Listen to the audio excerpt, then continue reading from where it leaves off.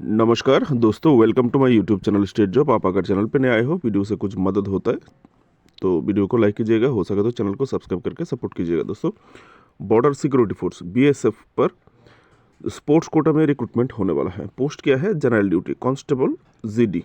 ठीक है, constable GD कौन कौन अप्लाई कर सकता है? यहाँ पर पुरुष एंड महिला दोनों के लिए पोस्ट। ठीक है, पुरुष एंड महिला, मेल एंड फीमेल दोनों के लिए यहाँ पर वैकेंसी है। टोटल जो वैकेंसी है 549 वैकेंसी है। यहाँ पर जो आपका अप्लाई का डेट है यहाँ पर भी दिया हुआ है, नीचे भी दिया हुआ है। ठीक है, 27 दिसंबर से अप्लाई शुरू होगा। रात की 12 बजे के बाद अप्लाई शुरू कर सकते हैं। उसके बाद 15 जनवरी 2026 तक आप लोग अप्लाई कर पाएंगे ऑनलाइन, उसके बाद क्लोज हो जाएगा। अभी यहाँ पर है वैकेंसी डिटेल। ठीक है, जैसे कि आर्चरी में रिकर्व इवेंट है, 2 पोस्ट है पुरुष के लिए। यहाँ पर 2 पार्ट है, ये वाला पार्ट है पुरुष के लिए। ठीक है, और जो ये वाला पार्ट है वो महिला के लिए। ठीक है, तो आप लोग ये समझ लीजिएगा।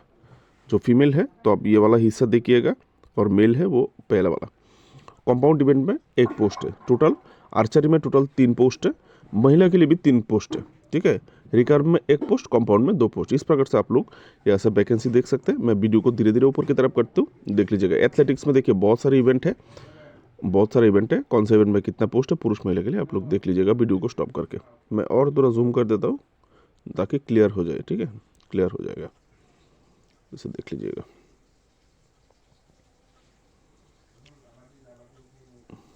आपका स्पोर्ट्स आने से आप स्टॉप कर लीजिएगा, वीडियो को स्टॉप करके आप देख लीजिएगा।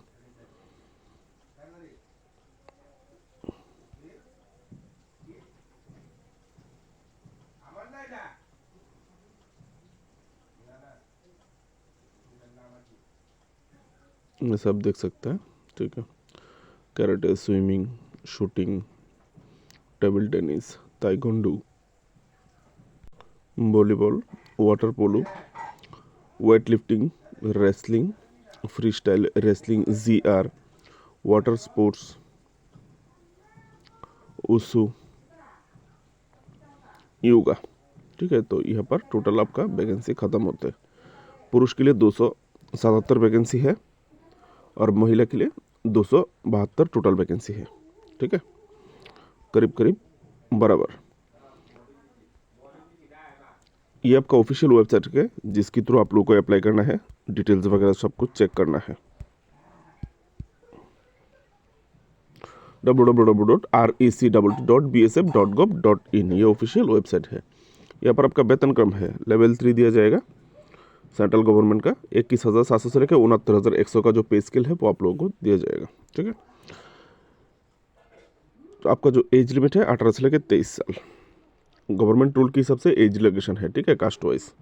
क्वालिफिकेशन आपको जो चाहिए 10 पास होना चाहिए, मेट्रिकुलेशन 10 पास या फिर इसके बराबर। ठीक है, 10 पास के साथ साथ आपको क्या चाहिए? स्पोर्ट्स क्वालिफिकेशन, जो सबसे ज़रूरी है, क्योंकि आपका रिक्रूटमेंट हो रहा है स्पोर्ट्स कोटा में। यहाँ पर है, समझने का बात है, नोट कीजिएगा। पहले इंडिविजुअल इवेंट, जो अकेला अकेला अपना अपना खुद का। ठीक है, individual event, national and international individual event में यहाँ पर बोला गया है, डेट्स दिए गए हैं पिछले 2 साल। यहाँ पर 2 साल में डेट रखा गया है 15 जनवरी 2024 से लेके 15 जनवरी 2026 के भीतर। जो अप्लाई का लास्ट डेट है वो 15 जनवरी 2026 है। ये 2 साल के भीतर अगर आपने किसी इंटरनेशनल स्पोर्ट्स में पार्टिसिपेट किया है, ये देखिए, हैव पार्टिसिपेटेड और दिया हुआ है, और मतलब अथवा मेडल जीता है एनी इंटरनेशनल स्पोर्ट्स इवेंट पे, तो आप अप्लाई कर सकते हैं। ठीक है, तो और ये सब स्पोर्ट्स किस किस ऑर्गेनाइजेशन के द्वारा ऑर्गेनाइज किया गया होना चाहिए, यहाँ पर दिया हुआ है, आप पढ़ लीजिएगा। ठीक है, उसके बाद है नेशनल इवेंट, ये इंडिविजुअल इवेंट। ठीक है, अकेला अकेला जो है। ठीक है, नेशनल इवेंट में अगर आपने मेडल जीता है, नेशनल इवेंट में पार्टिसिपेट करने से नहीं होगा, नेशनल इवेंट में आपको मेडल जीतना होगा, और इंटरनेशनल इवेंट में पार्टिसिपेट करने से भी मार्क्स मिलेगा। ठीक है, अभी नेशनल इवेंट्स में जो मेडल जीता है, national game, senior national championship, national open championship, अथवा यूथ अथवा जूनियर नेशनल चैंपियनशिप, जो कि सेम डेट है, यहाँ पर भी डेट सेम है। ठीक है, सबके लिए डेट सेम ही है। इस डेट के भीतर अगर ये सब गेम में पार्टिसिपेट किया है तो आप अप्लाई कर सकते हैं, ठीक है। पार्टिसिपेट किया है और मेडल जीता है तो कर सकते हैं नेशनल वाले। अभी है टीम इवेंट, ये तो इंडिविजुअल। अभी अगर टीम के तौर पे अगर आपने इंटरनेशनल लेवल पे पार्टिसिपेट किया है या फिर मेडल जीता है सेम डेट, ठीक है, टीम के तौर पे अगर आपने पार्टिसिपेट किया मेडल जीता है तो आप अप्लाई कर सकते हैं नेशनल इवेंट में। अगर आपने टीम के तौर पे खेला है और स्पोर्ट्स का नाम आप देख सकते हैं, ऑब्लिक ऑब्लिक दिया हुआ है, ये सब स्पोर्ट्स में अगर आपने पार्टिसिपेट किया है तो आप अप्लाई कर सकते हैं। तो यहाँ पर एक बात बोला गया है टीम इवेंट के लिए, अगर आप टीम इवेंट में खेला है इंटरनेशनल इवेंट में तो आपको मेन टीम का प्लेयर होना चाहिए, नॉट इन रिजर्व लिस्ट।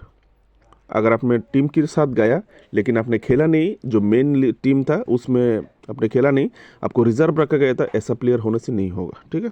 ये वाला पॉइंट आप लोग देख लीजिएगा। एज लिमिट ऊपर में आपने देख चुके हैं। देखिए आपका जो एज प्रूफ बताए गए हैं सिर्फ ओनली एडमिट कार्ड का जो एज प्रूफ है वो मांगा गया है। Age proof of established age of candidate only matriculation certificate, जो आपका जो 10 का मार्कशीट है, एडमिट है, वहाँ पे जो डेट है आपका बर्थ डेट वही एक्सेप्ट किया जाएगा, ठीक है। आपका एज लिमिट 18 से लेकर 23 साल 1 अगस्त 2025 के अनुसार काउंट किया जाएगा। गवर्नमेंट रूल के हिसाब से एज रिलैक्सेशन है, देख सकते हैं, SC ST 5 साल, OBC NCL 3 साल, इस प्रकार से यहाँ पर दिया हुआ है। ये वाला पार्ट आप लोग देख लीजिएगा, ठीक है, ये आप देख लीजिएगा। यहाँ पे है मार्क, आपको जो मार्क्स दिया जाएगा, ठीक है, शॉर्ट लिस्टिंग करने के लिए किस मेडल को कितना मार्क्स दिया जाएगा, आपने कौन सा गेम में पार्टिसिपेट किया है, जैसे कि ओलंपिक गेम, समर, विंटर, कोई भी ओलंपिक हो। अगर आपने गोल्ड मेडल जीता है तो 100 मार्क, अगर आपने सिल्वर मेडल जीता है तो 96 मार्क, अगर आपने ब्रोंज मेडल जीता है 92 मार्क, अगर आपने पार्टिसिपेट किया था तो आपको 80 मार्क मिलेगा, ये इंटरनेशनल लेवल पे, ठीक है।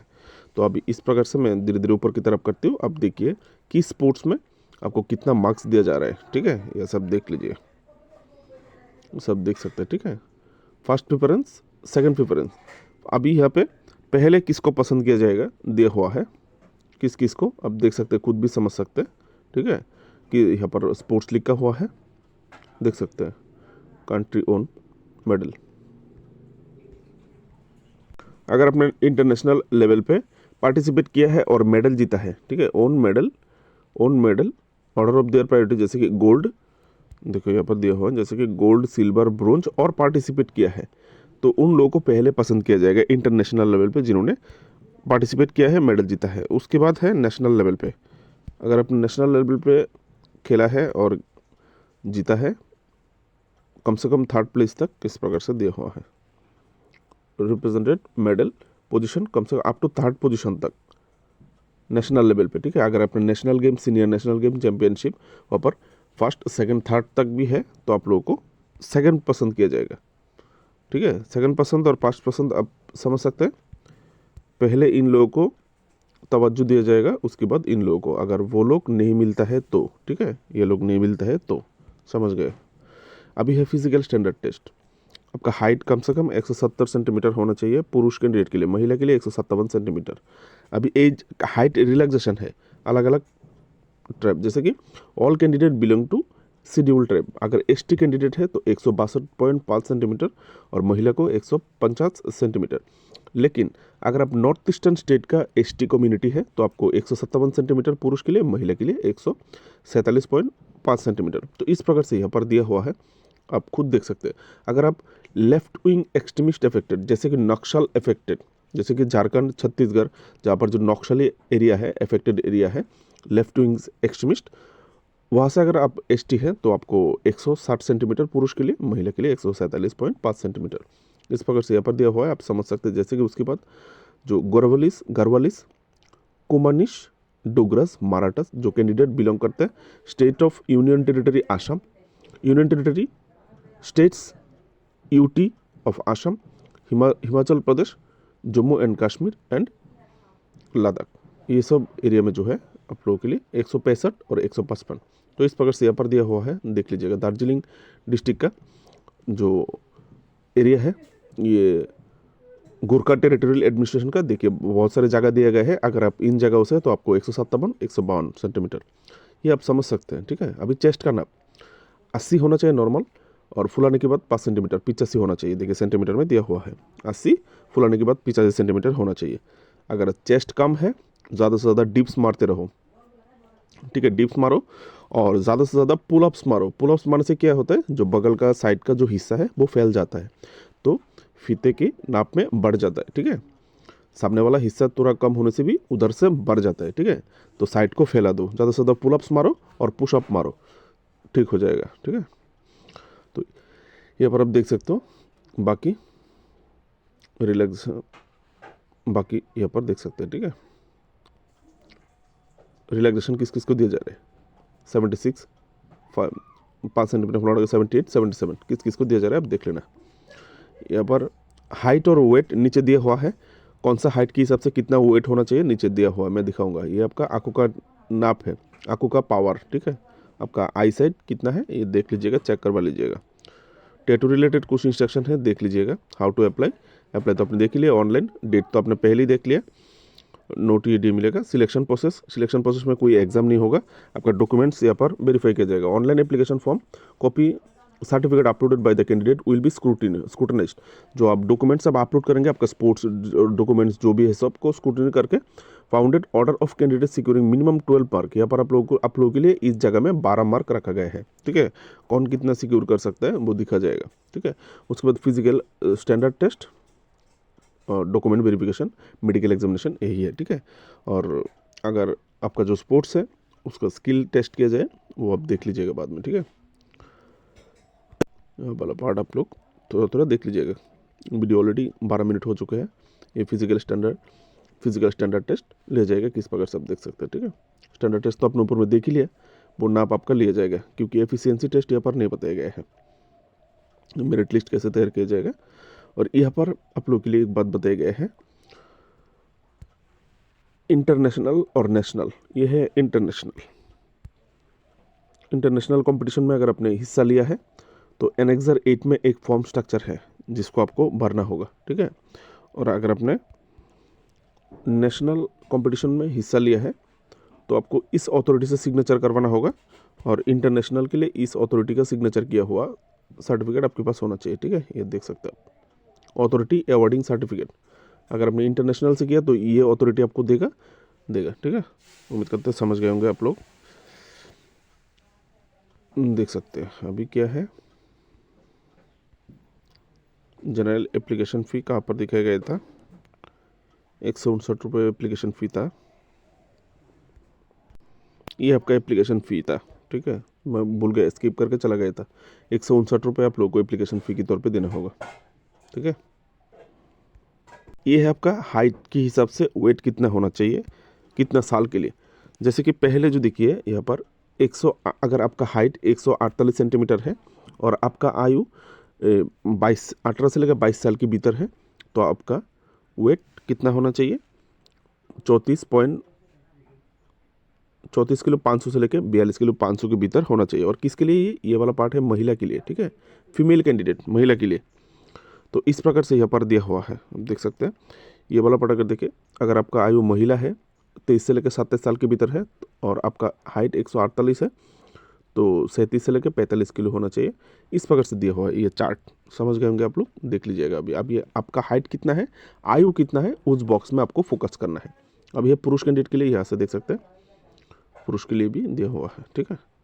ये मोटा मोटी हो गया जो आपको चाहिए था रिक्वायरमेंट। और नीचे फॉर्म स्ट्रक्चर दिया हुआ है जो नेशनल इंटरनेशनल का, ये सब फॉर्म स्ट्रक्चर आप लोगों को भरना होगा, ठीक है। सभी फॉर्म स्ट्रक्चर इंपॉर्टेंट है, ये आपको भरना है, ठीक है। ये देखिए फॉर्म स्ट्रक्चर